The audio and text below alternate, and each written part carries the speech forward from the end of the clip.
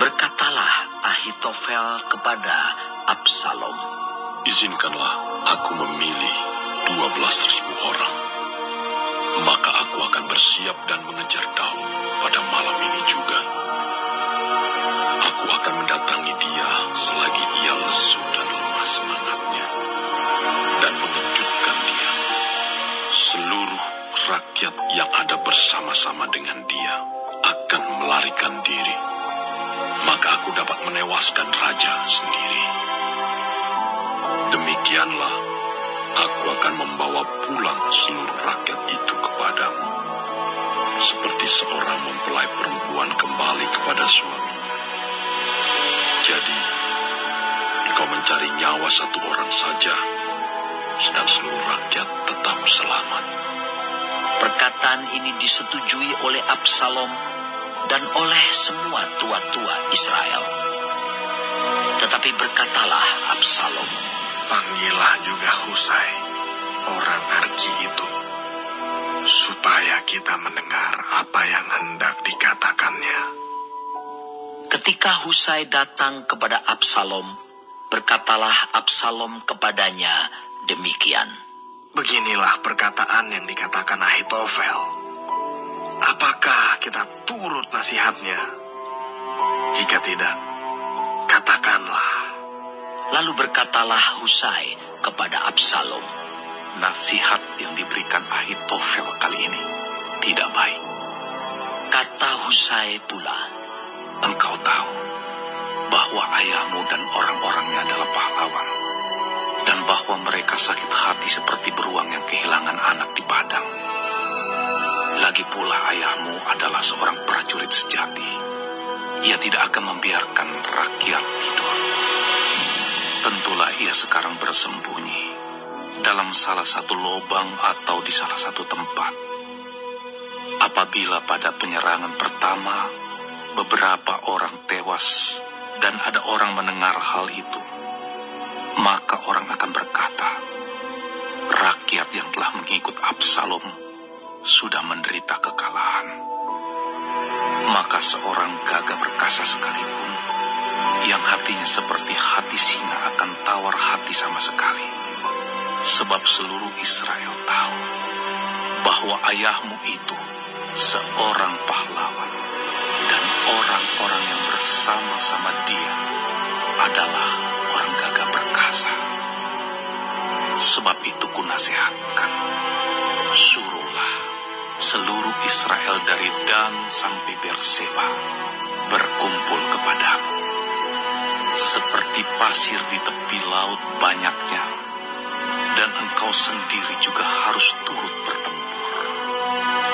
Apabila kita mendatangi dia di salah satu tempat di mana ia terdapat, maka kita akan menyergapnya seperti embun jatuh ke bumi, sehingga tidak ada yang lolos, baik dia maupun orang-orang yang menyertainya.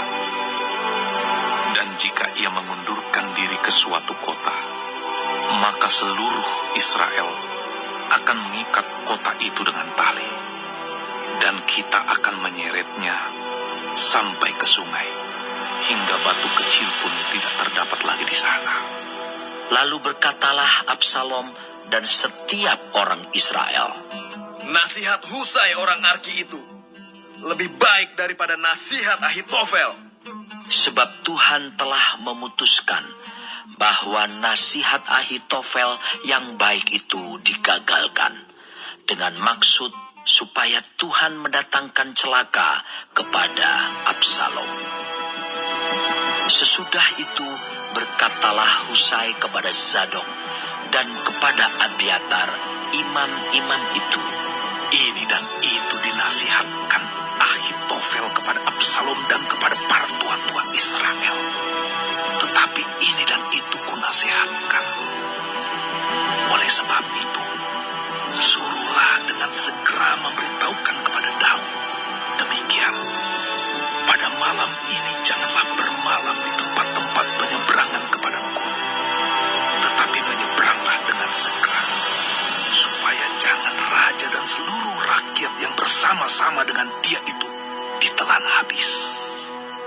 Yonatan dan Ahimaas menunggu di En-Rogel, dan setiap kali ada seorang budak perempuan yang datang membawa kabar kepada mereka, dan mereka pun langsung memberitahu Raja Daud, sebab mereka tidak boleh dilihat memasuki kota. Tetapi seorang anak melihat mereka, lalu memberitahu Absalom. Jadi pergilah keduanya dengan segera, dan sampailah mereka ke rumah seseorang di Bahurim yang mempunyai sumur di halamannya. Maka turunlah mereka ke dalamnya. Kemudian perempuan itu mengambil kain tudungan, membentangkannya di atas mulut sumur itu, dan menaburkan butir-butir gandum di atasnya, sehingga tidak kelihatan apa-apa.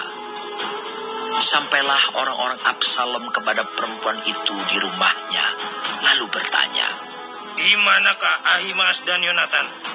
Jawab perempuan itu kepada mereka, "Mereka telah menyeberangi sungai itu." Kemudian mereka mencari, tetapi tidak mendapatnya. Lalu pulanglah mereka ke Yerusalem. Setelah orang-orang itu pergi, keluarlah keduanya dari sumur, lalu pergi memberitahu Raja Daud. Kata mereka kepada Daud, "Bersiaplah dan seberangilah dengan segera sungai ini. Sebab ini dan itu dinasihatkan Ahitofel terhadap kamu."